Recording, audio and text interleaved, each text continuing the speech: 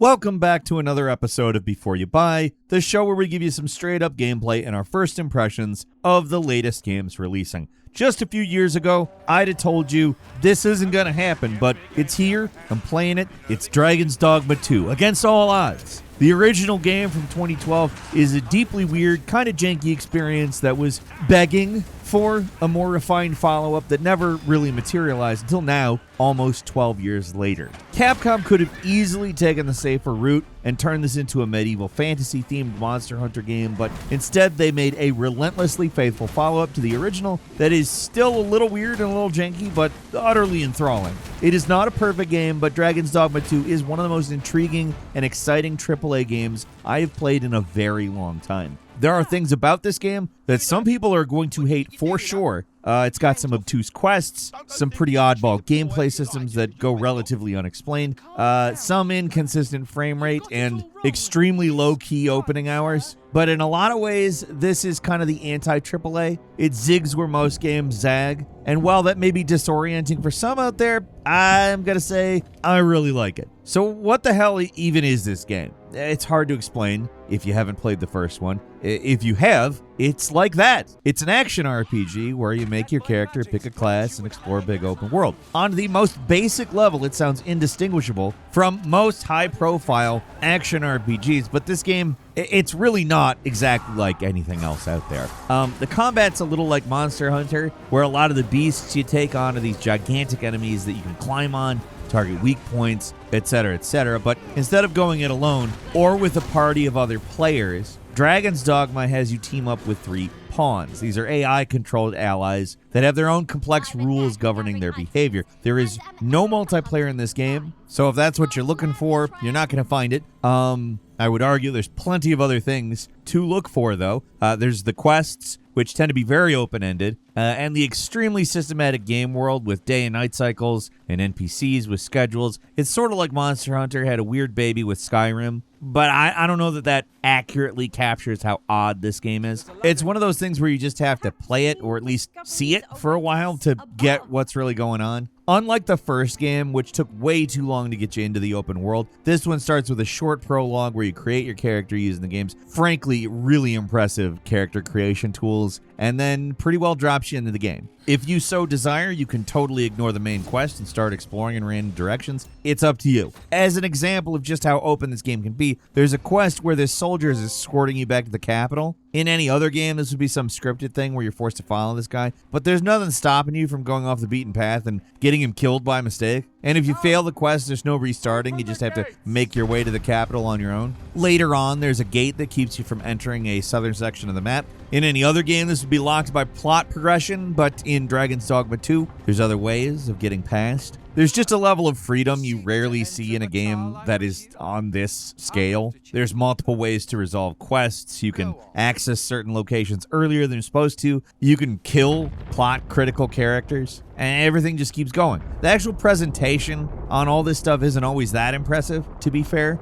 There are a few full cutscenes, but your character is a classic mute RPG protagonist, and most of the dialogue is done through basic text, the old text box technique, and characters just standing somewhere, It's functional, but pretty bare bones compared to the presentation in a lot of other modern RPGs. The game is just really unusual in that most of the main quests are pretty flat and simple, go here and get that sort of things. Rarely does a main quest even directly force you into a fight. Most of the combat in this game is incidental to exploring rather than a driving force of the story. It's not like Monster Hunter where every main quest is to hunt a new monster. It's more like you're going somewhere and there just so happens to be a monster in your way. Side quests can be a little more complex with multiple possible outcomes depending on what you decide to do. This game never gives you a Bethesda-style drop-down list of choices. The things you do are entirely up to you, and it's both liberating and potentially frustrating depending on exactly how you jive with it. For an example of what I'm talking about, there's a quest called Hunt for the Jadeite Orb, where a guy had this orb stolen from him. He had an orb, and somebody took the orb. There's 2 guys who want it, and you could just find the orb and hand it over to either of them if you want. But if you really want to resolve the quest in the best way, you go to the local item forger and get a duplicate made of the orb, and you give the crappy one to the jerk and the real one to the nice guy, and you get a better reward. None of how this plays out is signposted or explained other than the general quest area where these guys appear. Beyond that, it just leaves you up to figure this stuff out, and when you do, it feels awesome. I really like knowing that everybody is satisfied with their orb. Even though one of the orbs is clearly inferior, they don't know that, and I don't have to stick around to find out if anybody gets orb regret. I can just move right on. The game does have a few systems to help you out, though, like the pawns, for example, who, depending on their experience, may be able to guide you during a certain quest, but that usually just boils down to taking you to a specific place, and, that's it. This can be extremely helpful during certain quests, don't get me wrong, but they're not going to explain any fine details of anything for you. There's also an oracle who's about equally as helpful, and when I say that, what I mean is not that helpful. On the subject of pawns, yes, they're better than they were in the first game, and yes, they don't talk as much. They still talk too much and repeat certain lines a lot, like, do you really need to point out that same ladder every time I pass by it? I don't think you do. But overall, again, they talk a lot less and act more intelligently in battle. Pawns are what make combat in Dragon's Dogma feel unlike any other RPG. Because you're rolling with a team of 3 AI assistants that can only be given 4 vague commands like come here and help, which might make them sound kind of worthless, but if you built a solid team, they can practically win battles for you. You can obtain pawns from these rift stones. There's one main pawn you design yourself, and then you can bring along 2 guest pawns, which are the ones you obtain by using rift stones and spending in-game currency called rift crystals. Pawns on your own level are always free, but higher level pawns cost more, and depending on your settings, the ones you see in the Rift will either be pawns created by other players or pawns created by Capcom. There's a whole lot to talk about here with these things, how they work, what they do, but I'm going to give you the short version here and say that they work. They work really well, actually, and while you'll be swapping out guest pawns a lot because they can't gain experience in your world, finding new and better pawns is always satisfying. Another thing I appreciate is there's surprisingly not that much menu busy work in this game. There's basic crafting, but you're only making a few specific items. There's skills and different jobs to unlock, but those are only accessed at certain vendors. And while there's a lot of different armor and sets of weapons to find, there's no randomization on stats or anything. It's not a loot game. You're only getting so much stuff, and it's a big relief. So most of your time, get this, is spent doing the actual fun parts of an RPG, fighting monsters and exploring the world. There's a lot to explore in this game, too. The world map is very, very large. It's full of little secrets and tons of unique little things, too. They clearly put a lot of effort into making this an enjoyable world just to be in.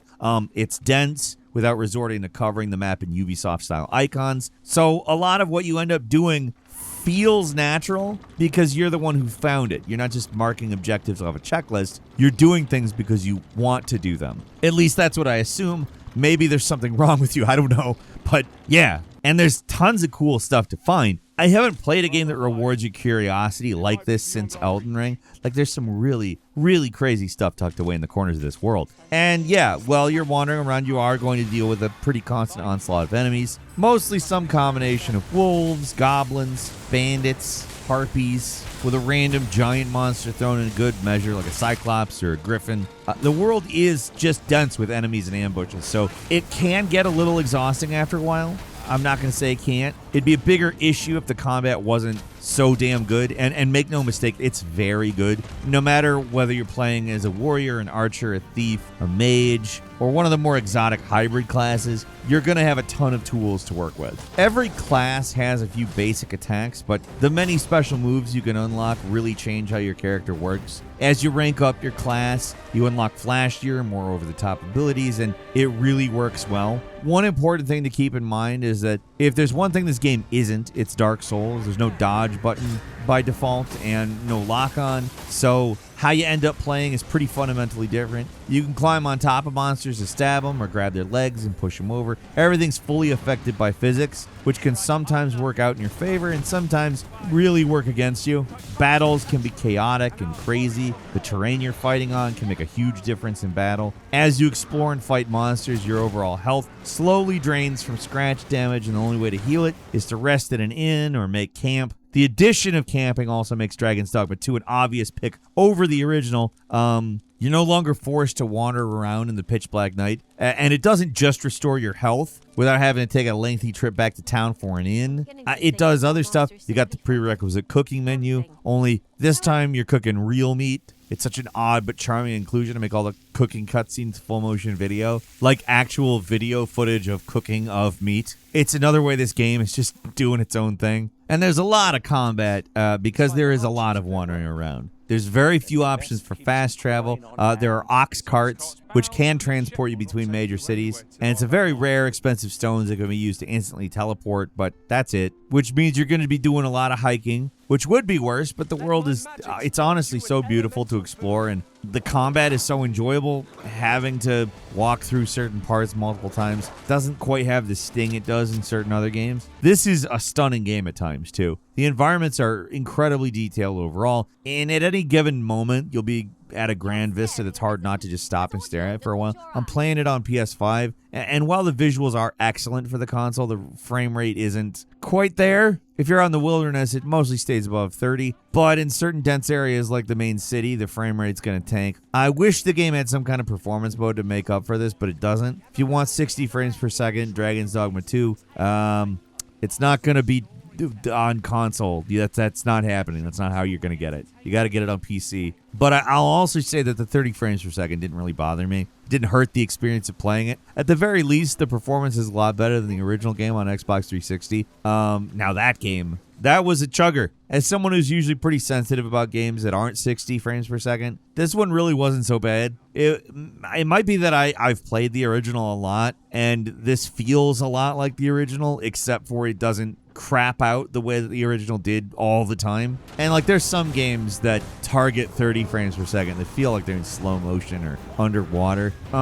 This game feels really responsive at that frame rate, so it's pretty tolerable, at least to me. I haven't seen any bugs. Like, I don't love that frame rate, but man, not one bug so far. That's amazing for how complex this game is. I've definitely seen a lot of oddness, like certain enemies barely hanging off a ledge, or NPCs shuffling into place, or awkwardly facing the wrong direction to talk during a quest or something, but that doesn't mean it's not working right. That's just a little bit of that jank. I kind of expected that. Bugs and jank are different things. And there were parts of the game where I thought maybe like a trigger was missing, maybe a real bug, but wrong. That was just me being dumb. I'm just so used to RPGs hand-holding you through quests that when a game makes me figure it out, it feels wrong, which I guess is kind of really sad, actually. But it makes me really happy that this game trusts me. I don't know. There's something about that makes me like it more, even though it might be a little bit more frustrating. I do think that is going to cause some people not necessarily to jive with the game.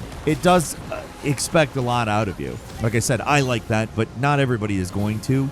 Many things are they're not explained, or just expect you to experiment to figure it out. And the actual main plot isn't super interesting, at least at first. It eventually goes to some pretty wild places, but that first dozen or so hours, there's not a really large amount of attempt of getting you invested. It's one of those games that's so confident in what it is that it doesn't even try to rope in new players. And to me, it's so good. The lack of tutorials, the straightforward opening, the unmarked secrets, open-ended quests. It expects a lot from the player. It trusts the player to be able to do those things. And if you're willing to go with it, there's a whole lot of fun to be had here. They did not dumb it down to capture a wider audience. It's a game that's unlike almost every other open world game out there.